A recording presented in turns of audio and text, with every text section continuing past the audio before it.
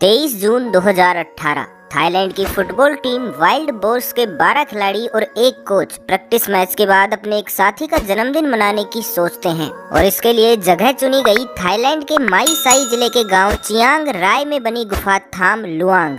गांव के खेतों में लहलाती फसलों के बीच से होते हुए सभी बच्चे थाम लुआंग गुफा के सामने पहुंच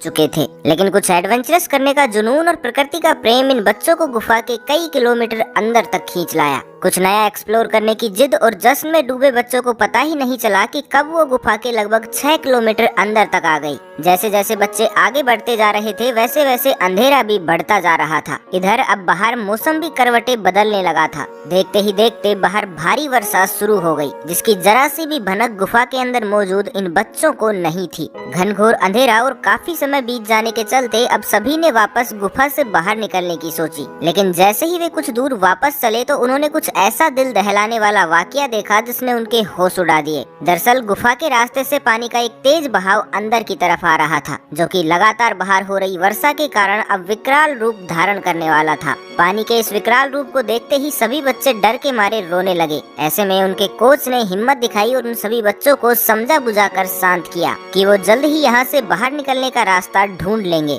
पर अब समस्या ये थी कि गुफा के अंदर तेजी से बढ़ रहे बारिश के पानी से खुद को कैसे बचाया जाए। इसके लिए उन्हें जरूरत थी किसी ऊंचे और सुरक्षित स्थान की, जहां बारिश का पानी ना पहुंच सके। तभी अचानक उन्हें वहां एक बड़ी और ऊंची चट्टान दिखी, जिस पर बैठकर एटलीस्ट वो खुद को पानी के इस विकराल रूप से कुछ हद तक तो बचाए रख सकते थे। अब ये सब उस चट्टान पर बैठकर गुफा में पानी के कम होने का इंतजार करने लगे, ताकि वो जल्द ही यहाँ से बाहर निकल सकें। लेकिन पानी का स्तर घटने की बजाय लगातार बढ़ता ही जा रहा था। देखते ही देखते इंतजार के घंटे दिनों में बदलने लगे। उधर बच्चों के घर ना पहुँचने पर घबराए माता पिता ने भी अपने बच्चों को ढूंढना शुरू कर दिया, लेकिन काफी खोजने के बाद भी किसी का कुछ पता नहीं चल सका। लेकिन तभी इन बच्चों के एक साथी ने उन सभी के थाम लुआंग गुफा में जाने के प्लान के बारे में बताया, जो लकीली उस दिन उन बच्चों के साथ नहीं था। बेबस और घबराए हुए माता पिता तुरंत उस गुफा के सामने पहुंचे और गुफा के बाहर खड़ी साइकिल्स को देखकर समझ गए कि हो ना हो बच्चे इसी गुफा के अंदर फंस चुके हैं। लेकिन पानी के तेज बहाव को देखते हुए सभी को डर था कि कहीं बच्चों के साथ कोई अनहोनी ना हो चुकी हो। बिना समय गवाए प्रशासन को इस बात की खबर दी गई।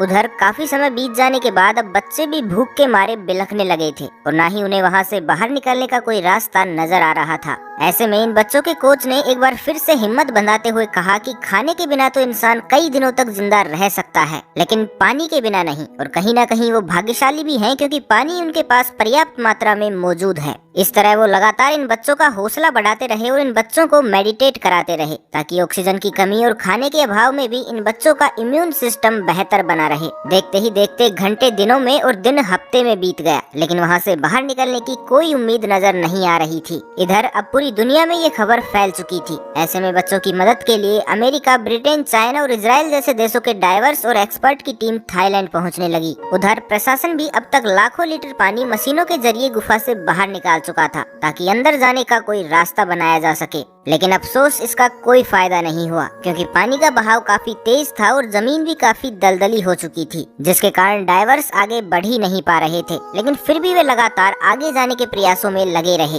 वहीं दूसरी ओर पानी के बहाव को कम करने के लिए भूवैज्ञानिकों की मदद ली गई, जिसमें सबसे पहले ये निरीक्षण किया गया कि पानी के गुफा में जाने के रास्ते कौन कौन से हैं। पानी के गुफा में जाने वाले सभी रास्तों की खोज की गई और तुरंत उन सभी जगहों पर छोटे छोटे बांध बनाने का निर्णय लिया गया, क्योंकि अगर ऐसा नहीं किया जाता तो गुफा में पानी का स्तर लगातार बढ़ता रहता, जो कि अंदर फंसे हुए बच्चों के साथ साथ उन्हें ढूंढने वाले डाइवर्स की जान के लिए भी बड़ा खतरा साबित हो सकता था। सो प्लान पर अमल किया गया और बांधों के निर्माण के बाद अब गुफा में पानी का स्तर कुछ कम होने लगा था। इधर डाइवर्स भी तमाम दिक्कतों और परेशानियों के बावजूद पानी को चीरते हुए लगातार आगे बढ़ रहे थे। तभी एक ब्रिटिश डाइवर को वहां अचानक ही किसी इंसानी गंध का आभास हुआ। अब डाइवर्स में भी एक उम्मीद की किरण जगी कि हो ना हो बच्चे यहीं कहीं आसपास हैं। जिसके बाद मात्र कुछ ही देर की खोजबीन के बाद सभी 13 लोगों को डाइवर्स की टीम ने लगभग 9 दिन बाद एक ऊंची चट्टान पर मेडिटेट करते हुए गुफा के एंट्रेंस से लगभग 4 किलोमीटर अंदर खोज लिया था। डाइवर्स को अपने पास मदद के रूप में पाकर बच्चों की खुशी इमरजेंसी का कोई ठिकाना नहीं था। अब सबसे पहले बच्चों को खाने पीने का सामान दिया गया, क्योंकि लगभग 9 दिनों से भूखे बच्चे काफी कमजोर हो चुके थे। क्योंकि अब 13 लोगों के साथ कई डाइवर्स भी गुफा के अंदर मौजूद थे, तो ऐसे में वहाँ ऑक्सीजन का लेवल और भी तेजी से घटने लगा। इसकी पूर्ति के लिए तुरंत ही गुफा के बाहर से एक पाइप के द्वारा 200 ऑक्सीजन सिलेंडर से ऑक्सीजन अंदर पहुंचाई गई, ताकि सभी को पर्याप्त ऑक्सीजन मिल पाए। और बच्चों के पास इमरजेंसी के लिए डॉक्टर्स की एक टीम भी भेज दी गई। लेकिन अब सबसे बड़ा सवाल ये था कि बच्चों को बाहर कैसे निकाला जाए।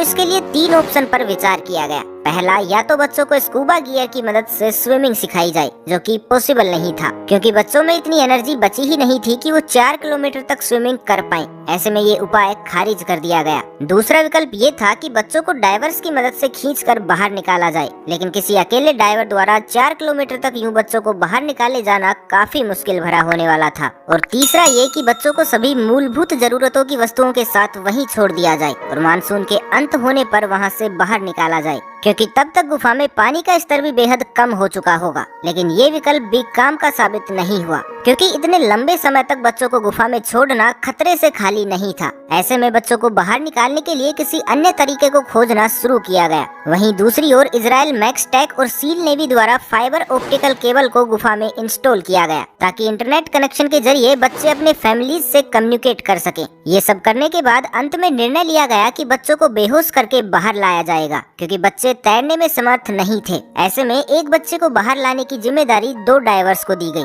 इस प्लान के अनुसार ये तय किया गया कि बच्चों को एक फ्लोटिंग किट में लपेटा जाएगा और किट का आगे वाला हिस्सा पहले गोताखोर के पास रहेगा, वहीं पीछे वाला हिस्सा दूसरे गोताखोर के पास। अनुमति मिलने के बाद पहले चरण में 4 बच्चों को एनेस्थीसिया दिया गया और ऑक्सीजन मास्क पहनाकर फ्लोटिंग किट में लपेटा गया। डाइवर्स के हाथों में अब बहुत बड़ी जिम्मेदारी थी, क्योंकि फ्लोटिंग किट में लपेटा गया बच्चा और 4 किलोमीटर स्विमिंग, अब ऐसे में जरा सी चूक भी एक बड़े हादसे को जन्म दे सकती थी। लेकिन गोताखोरों ने बड़ी सूझबूझ के साथ 8 जुलाई 2018 को शाम 7:55 पर सभी 4 बच्चों को सकुशल गुफा से बाहर निकाल दिया। अगले दिन भी इसी प्रकार से 4 और बच्चों को गुफा से बाहर निकाला गया।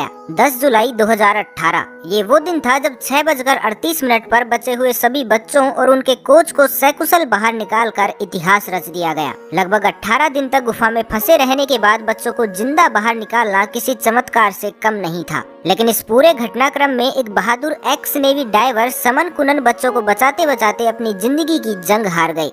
गुफा से बाहर निकालते ही बच्चों को तुरंत ही हॉस्पिटल पहुंचाया गया, जहां उन्हें कई दिनों तक मेडिकल ऑब्जर्वेशन में रखा गया, ताकि अगर इनमें किसी भी प्रकार का रोग या इतने दिनों तक भूखे रहने के बाद बॉडी में किसी भी प्रकार की कमी आई हो तो उसका इलाज किया जा सके। लगभग 10 दिनों तक हॉस्पिटल में रहने के बाद इन सभी को डिस्चार्ज कर दिया गया। इस रेस्क्यू ऑपरेशन में अपनी जान गंवाने वाले समन कुनन को ट्रिब्यूट करने के लिए उनका ब्रोंज स्टैचू इस केव के बाहर लगाया गया, जिन्होंने अपनी जिंदगी की आहुति देकर 13 लोगों को नई जिंदगियां दी थी। तो सलाम है इन बच्चों के जज्बे और उन सभी डाइवर्स की हिम्मत को, जिन्होंने मुश्किल परिस्थितियों में भी हार नहीं मानी और मौत को भी अपना रास्ता बदलने पर मजबूर कर दिया।